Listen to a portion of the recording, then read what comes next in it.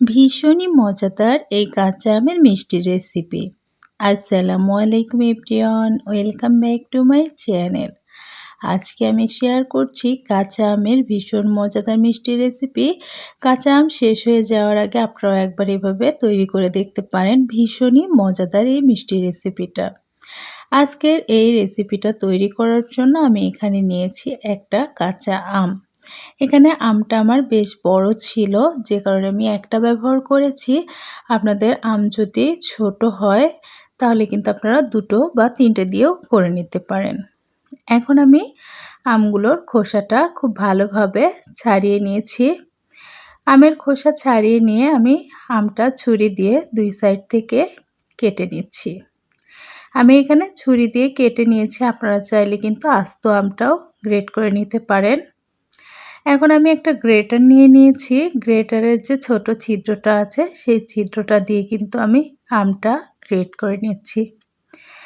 অবশ্যই কিন্তু এভাবে গ্রেট করে নেবেন। আর যারা গ্রেট করতে চান না তারা কিন্তু চাইলে আমটা ছুরি দিয়ে কেটে একটু বটি বটি টাইপের করে কেটে এইভাবে সিদ্ধ করে নিতে পারেন। আমি আমটা গ্রেটার দিয়ে গ্রেট করে তারপর সিদ্ধ করে নিব।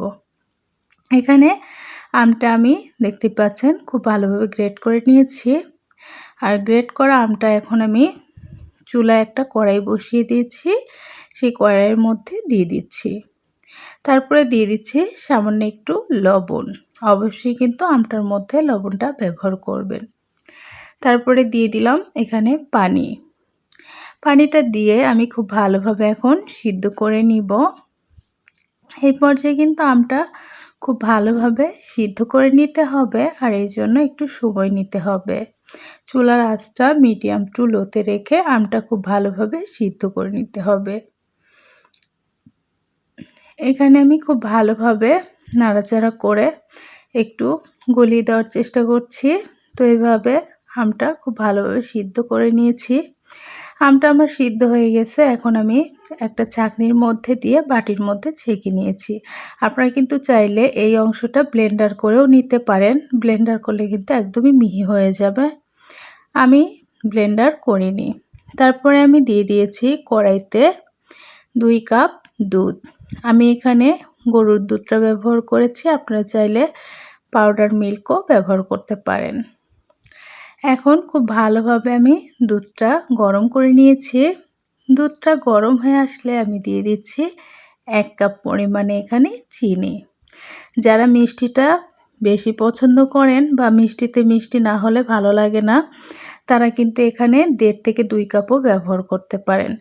এই 1 কাপ মিষ্টি কিন্তু হবে আপনার পারফেক্ট 1 কাপ চিনি মিষ্টির জন্য। খুব বেশি মিষ্টি হবে না, কড়া মিষ্টি হবে না।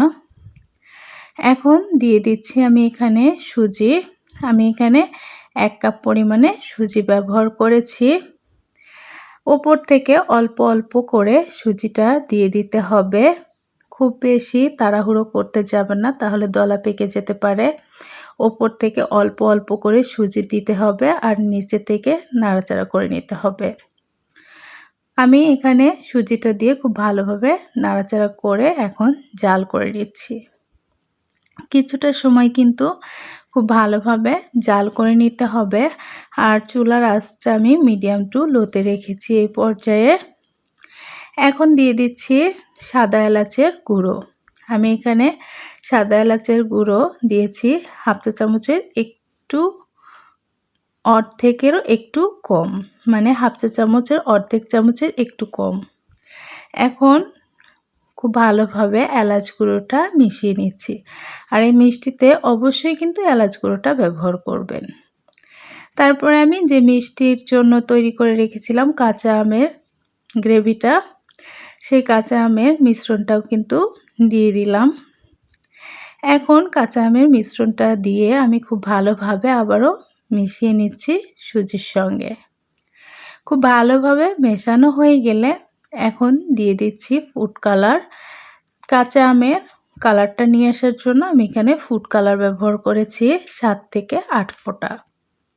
এখন আবারও খুব ভালোভাবে ফুড কালারটা দিয়ে এখানে মিশিয়ে নিচ্ছি। ফুড কালারটা দেওয়ার কারণে কিন্তু কালারটা খুবই সুন্দর আসবে। আপনারা যারা ফুড কালার দিতে চান না তারা কিন্তু স্কিপ করে যেতে পারেন। এখন খুব ভালোভাবে নাড়াচাড়া করে মিশিয়ে নিচ্ছি। অনেকটাই আঠা আঠা হয়ে এসেছে, আর এরকম আঠা আঠা পর্যায়ে আসলে আমি দিয়ে দিচ্ছি 1 কাপের থেকে একটু কম গুঁড়ো দুধ। এখানে আপনারা চাইলে 1 কাপের বেশিও দিতে পারেন। এখানে আমি গুঁড়ো দুধটা দিয়ে খুব ভালোভাবে মিশিয়ে নিচ্ছি। কথায় আছে যত গুড় তত মিষ্টি, ঠিক সেরকম খুব বেশি যদি কড়া মিষ্টি পছন্দ করেন তাহলে গুঁড়ো দুধের পরিমাণটা আরেকটু বাড়িয়ে দিতে পারেন। এই মিষ্টিতে গুঁড়ো দুধটা কিন্তু খুবই ভালো একটা ফ্লেভার দেবে, আর মিষ্টিটাও পারফেক্ট হবে।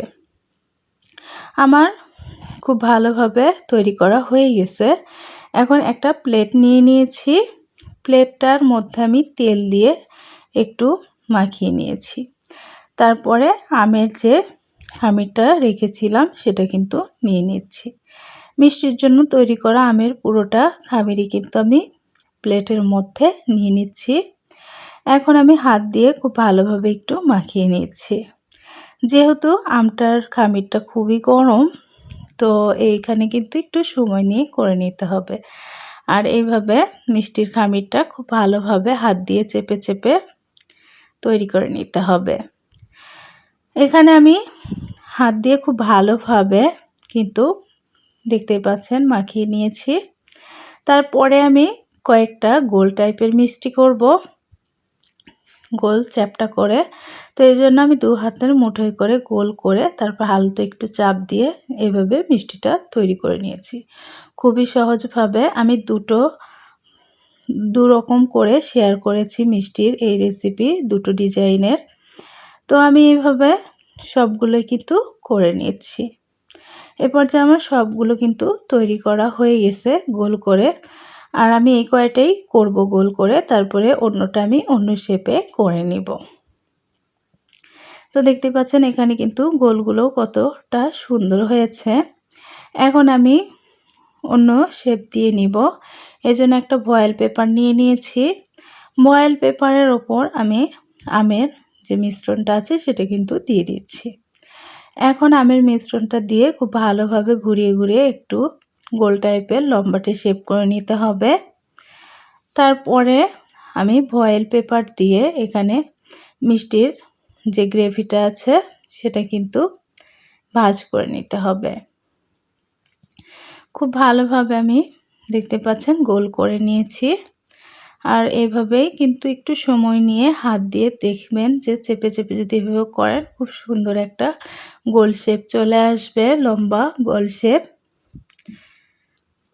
এখন আমি ফয়েল পেপারটা দিয়ে খুব ভালোভাবে মুড়িয়ে নিয়ে নিব। মুড়িয়ে নিয়ে 2 সাইডটা একটু ভাঁজ করে দিব। 2 সাইডটা ভাঁজ করে এখন আমি ফ্রিজে রেখে দিব ঠান্ডা হওয়ার জন্য 1 থেকে 1.5 ঘন্টা। আপনারা এর বেশিও রাখতে পারেন বা 10 থেকে 15 মিনিটও সেট হওয়ার জন্য রাখতে পারেন।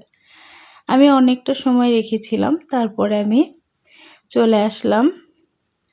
এখন দেখতে পাচ্ছেন আমার কিন্তু মিষ্টির জন্য তৈরি পারফেক্টলি। এখন আমি মিষ্টি শেপ করে কিন্তু কেটে নিব। আমি একটা ছুরির সাহায্যে কিভাবে কেটে নিচ্ছি সেটা কিন্তু দেখেই বুঝতে পারছেন। আমি এইভাবে সবগুলোই কিন্তু এখানে কেটে নিচ্ছি। সবগুলো একইভাবে একই প্রসেসে একইভাবে কেটে নিতে হবে। আমার এখানে কিন্তু দেখতে পাচ্ছেন কেটে নেওয়াটা কমপ্লিট হয়ে গেছে। তো এইভাবে কেটে আমি এখন সার্ভ করে নিচ্ছি।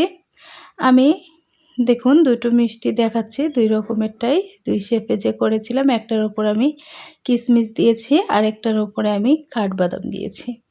এখানে আপনারা চাইলে এগুলো নাও দিতে পারেন, আমি শুধু জাস্ট এখানে সুন্দর দেখানোর জন্য দিয়েছি। তো বন্ধুরা আজকের রেসিপিটা কেমন লাগলো অবশ্যই কিন্তু আমাকে লাইক কমেন্ট করে জানাতে ভুলবেন না। আর ভিডিওটা ভালো লাগলে আমার পাশে থাকবেন। ওকে বন্ধুরা, সকলে ভালো থাকবেন, সুস্থ থাকবেন এই কামনা আজকের মতো বিদায় নিচ্ছি। আল্লাহ হাফেজ।